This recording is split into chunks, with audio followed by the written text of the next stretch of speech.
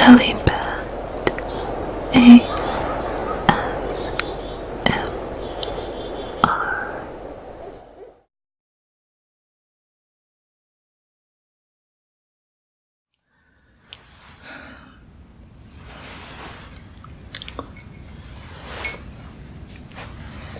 You really feel as if there are some patients that can't be helped, Dr. Quinzel? It isn't that they can't be helped. It's more the matter that they just don't wish to be. How so?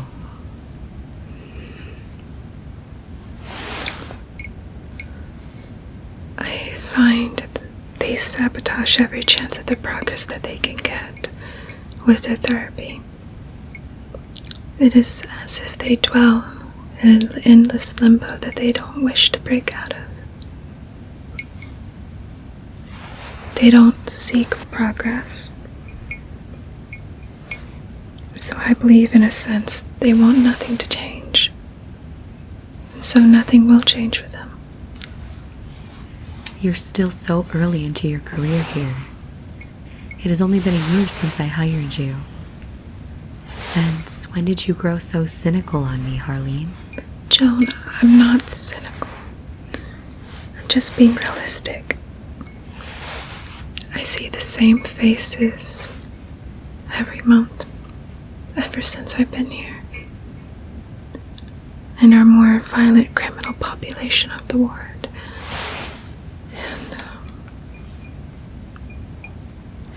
do you ever recall a time when even one of them was scheduled to be released and was able to be successfully done so? And have you ever recounted a time when even one of them was able to rejoin society as a healthy, productive member of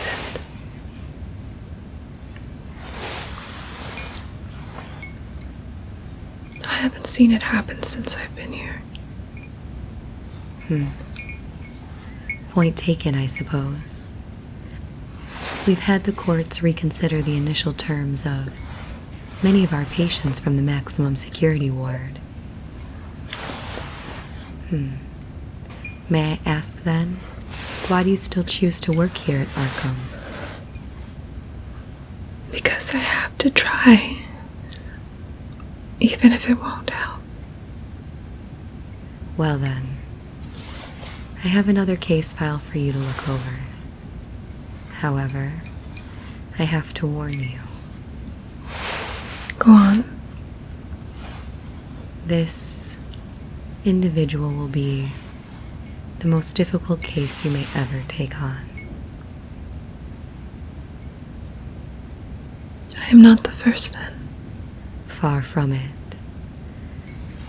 This patient has driven away 3 other psychiatrists, either ended their careers or sent them to their graves. You may have heard about him already. He was on the news months back before he was admitted. He is one of our most extreme cases, and I admit I found myself hesitating before I decided to pass his file to you personally. But I have faith in you. I think you hold promise. I'll take a look at it this evening, Dr. Leland. Thank you, and Harleen, please be careful. Joan, you don't have to worry about me, okay?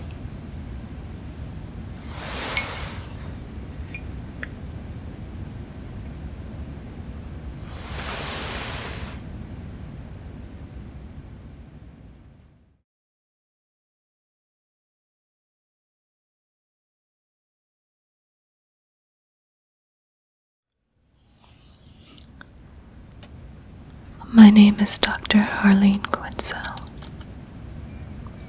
I'm a psychiatrist at Arkham Asylum. I owe a great deal to Dr. Leland for her hiring me and for giving me this second chance.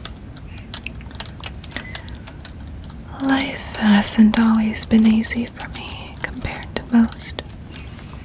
But I came here with the intention to work hard, to follow in her footsteps. I want to make a difference for my patients. It still feels surreal that she hired me at all. You see, I didn't have the most incredible background, and my resume was hardly impressive to begin with. I barely made it through medical school even. Joan must have seen something within me though, as she had said. Someone with promise. I arrived at a very hectic time at the asylum. There was an influx of new patients of the extreme variety. They always need all the help they can get. Some of the staff, especially the guards, well, they hardly give a care at all for their well-being, just as long as they receive their paycheck. I can't stand people like that. But I tend to keep to myself. I assisted in a number of cases here, although as I said, I have not seen one patient released from this place since I have begun my career in Gotham. I feel like I have achieved very little. I came here, I suppose, with half a naive mindset. I felt I could make a difference. Somehow, there may still be the possibility to do so. This case could prove to be different than the others. I spent the first night simply looking over the file that Dr. Leland had presented to me. It was definitely a high-profile case. The first I have received of its kind since I began working here. The patient was, of course, the Joker. There was not much to go on other than the fact he was originally transferred here from Blackgate Prison, and he is part of the reason that Batman has gone missing.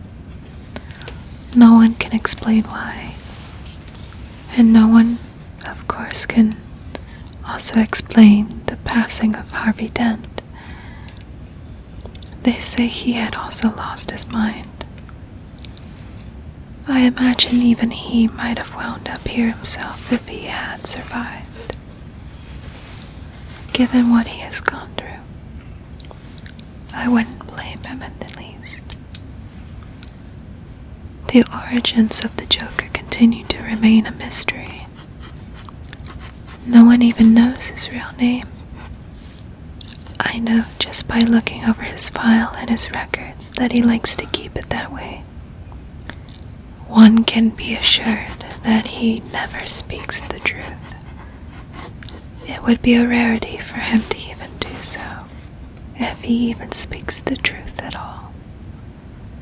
The only way I was able to begin studying my new patient was by studying the various video interviews they had taped of him when other psychiatrists and doctors were treating him. It was always mandatory that the sessions were taped for this reason.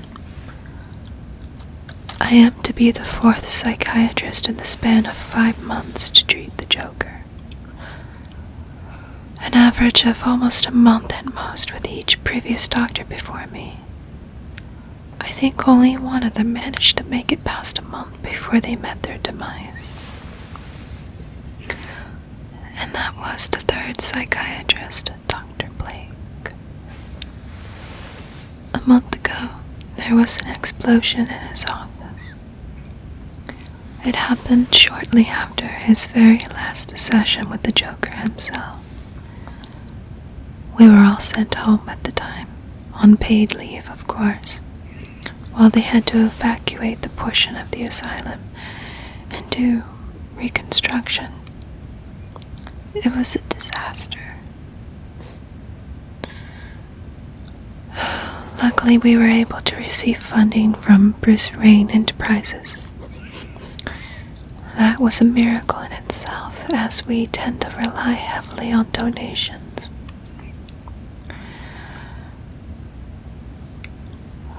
Dr. Blake's very last session was caught on tape. I studied all the mistakes the previous doctors were making before with the Joker. They all wanted to dig deep into his brain immediately, bombarding him with psychiatric evaluations. The clown was able to pick apart their weaknesses in a hurry, as I have found out. I watched as the Joker was left alone during Dr. Blake's last session with him. The psychiatrist himself had to leave for an emergency phone call. I felt like my own eyes were meeting that of the Joker's as the clown stared into the lens of the camera, as if he already knew I was watching his footage. He was eerily silent. The face paint was long gone, of course, but the scars of his smile remained forever etched into his flesh. And then I watched as his lips formed a word, spoken without a sound uttered from his throat. The word was boom. I found myself even mouthing it along with him, as if it were a song. And right on cue, mere seconds after, the vibrations and the sound of the explosion from the other side of the asylum were caught on tape. It was faintly heard, but it was present all the same. The clown achieved chaos that day once again, and of course the tape ended with him throwing his head back and laughing. I'll never forget the sound of his laugh. It's etched into my memory. My specialty in my field is repression therapy. I have had some mild success with other patients in the past. However, I could see by the look of the videos I was watching that the Joker wasn't going to benefit from repression therapy at all. In fact, I would have to take an entirely different approach with him, most likely unorthodox methods. I was already painting several scenarios in my head of how this was going to play out, how to protect myself, how to even prepare and guard myself against a personality like his. If I make even one mistake, my life could very well be in his hands. I couldn't make the same errors that the previous doctors have done with him before. It would be different this time. And so, I am to have my first session with him.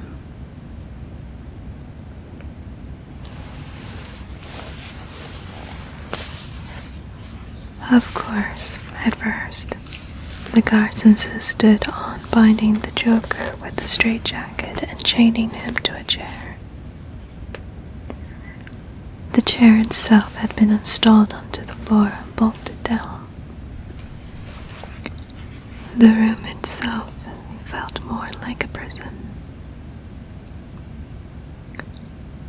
I decided for this first session that I was not going to say a word. I would only make eye contact with my patient, but not to show dominance at the same time. He had only one window with bars that gave him a glimpse to the outside world. Internally, I held pity for him. Externally, I had to hold control. I had to remain neutral and try not to smile at all.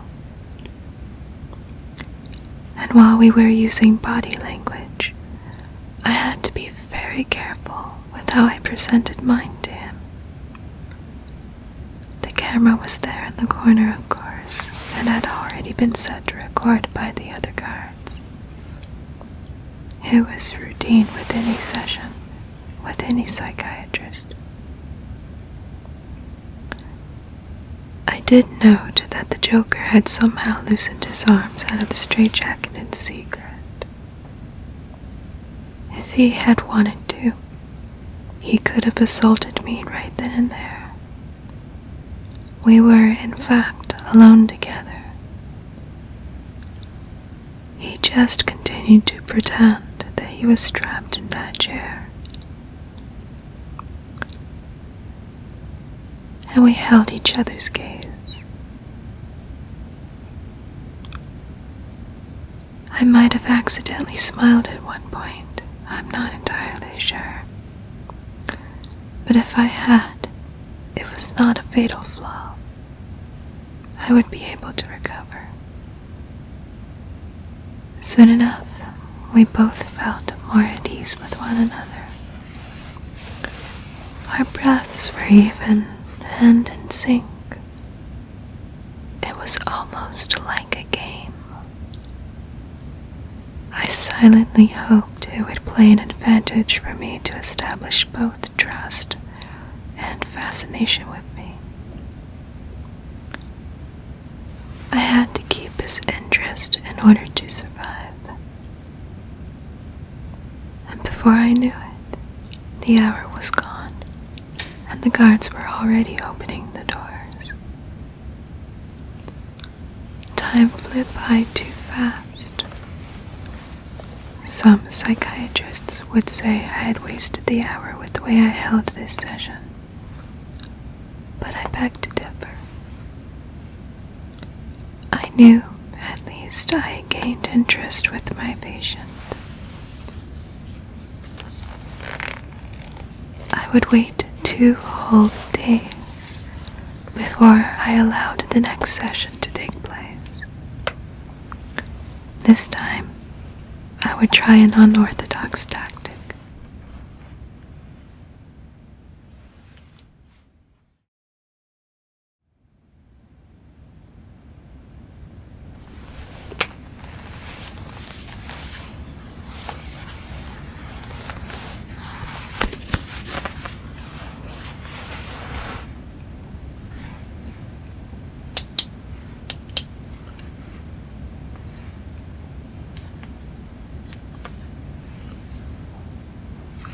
Good evening. My name is Dr. Harleen Quinzel, but I imagine you already know that. So I'll save you the grief on the introduction.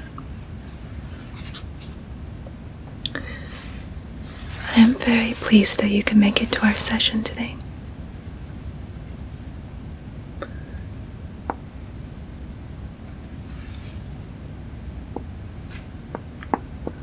I have taken time to study your file, watched your videos, and I witnessed what you have done to my predecessors.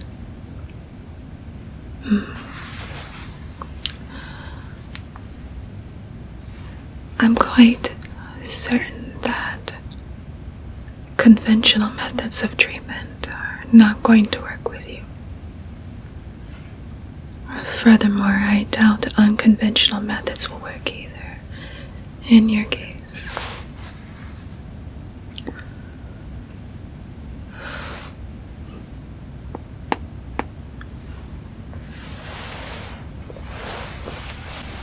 So,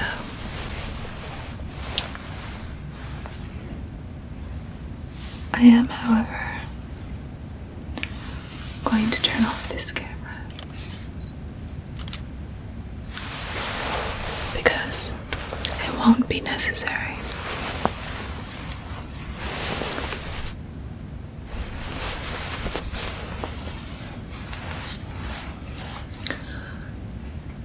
But I do have a proposal for you. And I would like to know what you think of it.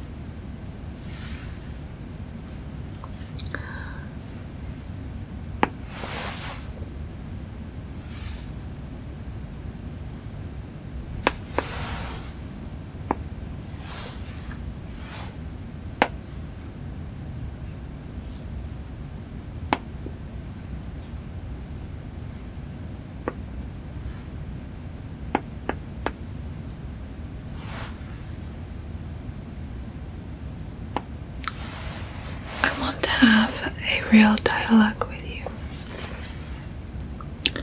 A give and take, if you will. And I will give you a chance to get to know me in exchange for my learning about you without having to pay a member of the Arkham staff, of course.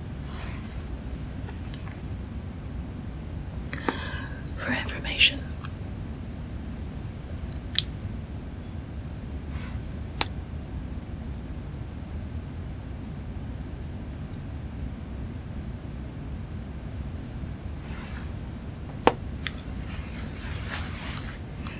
There won't be any cameras. It's just gonna be you and me.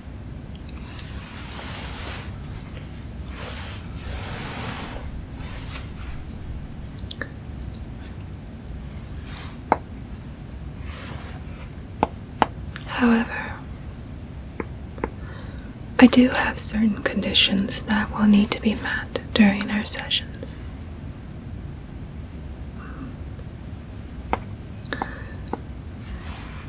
And this is my proposal to you.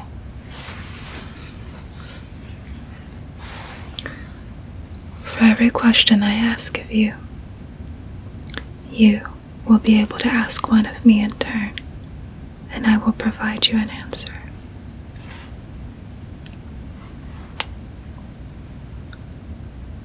You can get as personal as you like. You don't have to hold anything back.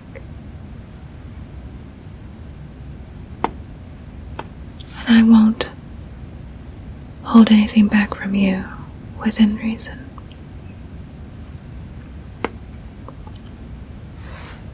However, you must understand that if you attack me or any member of the staff, or if you cause harm to me or any of the staff whatsoever, this dance ends.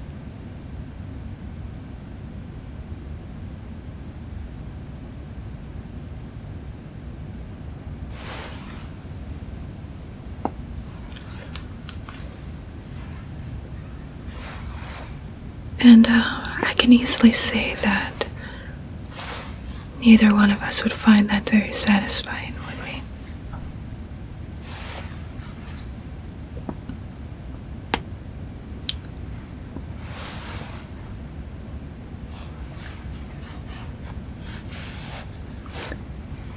So,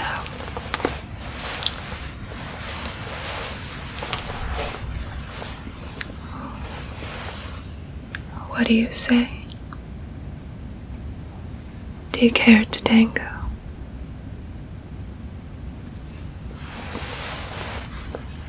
In response to my proposal, the Joker started to laugh. I held my composure as I waited for the laugh to stop, of course.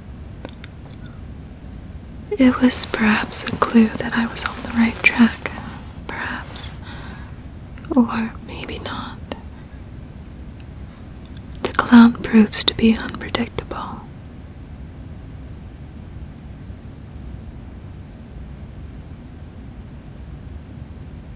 I continued to wait for the right moment to begin our exchange, and when the laugh finally died off, I made the first move.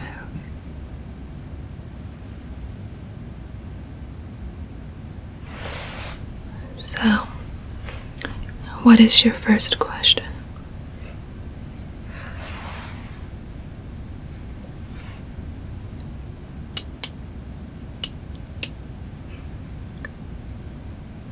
My mother chose that name for me.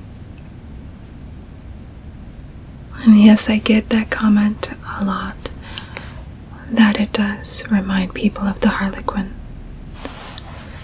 with the way it's spelled and pronounced.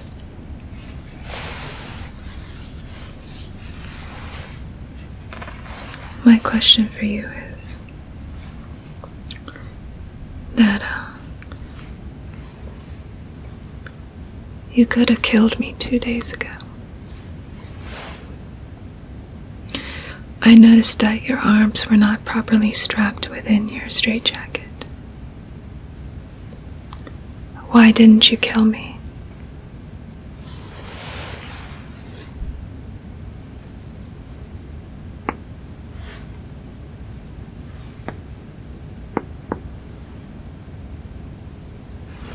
I see. Easy enough question. Yes, you may call me Harleen. Well, that is only in here. During our sessions, you may call me Harleen. Outside of here, however, outside of this room, you must call me Dr. Harleen Quinzel, or Dr. Quinzel, or if it would be easier on you, you could just call me Doc.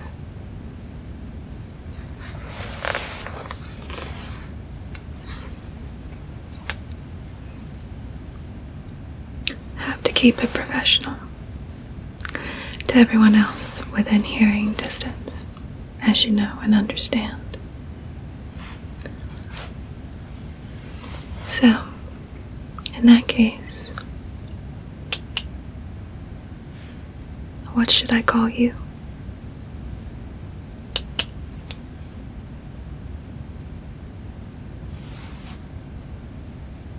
Mr. J. Very well.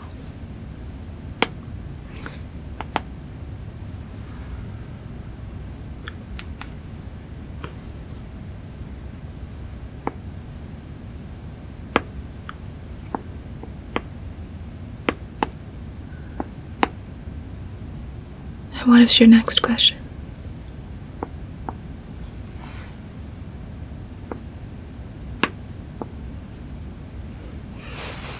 That's a very interesting one coming from you. Yes, I do have scars. And before you waste your breath, no, you may not see them.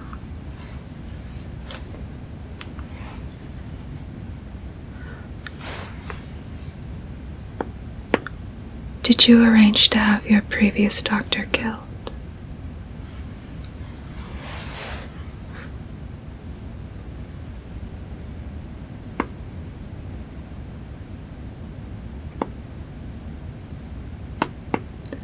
Gas leak. It is true that he was a smoker. Why am I asking? Well,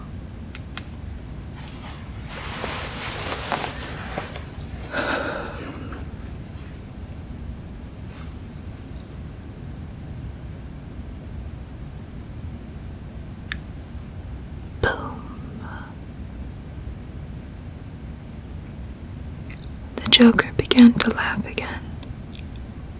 This time, he would not stop himself. It was uncontrollable at this point, and I am not sure why my lip twitched the way it did. I can't really explain that moment at all.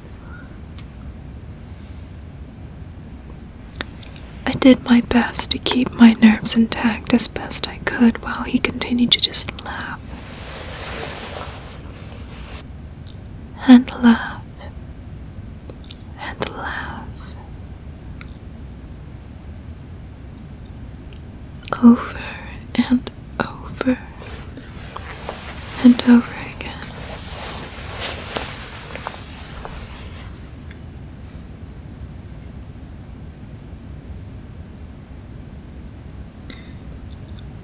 The guards, unfortunately, made their way back in, and I was forced to leave and end my session early. They ended up sedating him, and I would later become quite cross, and I demanded that they do not drug him ever again.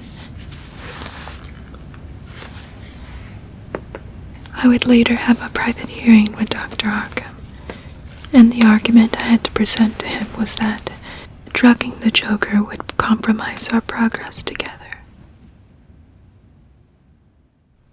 I couldn't sleep well that night. The Joker was already weighing heavily on my mind when I returned to work the next morning. As I turned to my desk, I noticed something had been placed there. It was unexpected, and I knew immediately who put it there.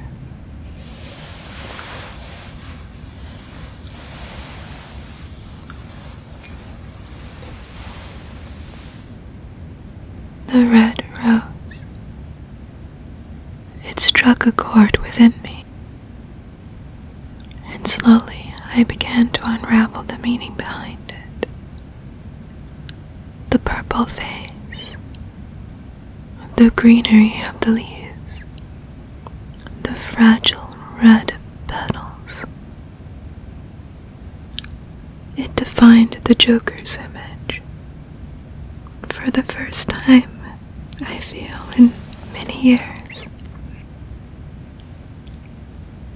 I felt happy. I was finally smiling.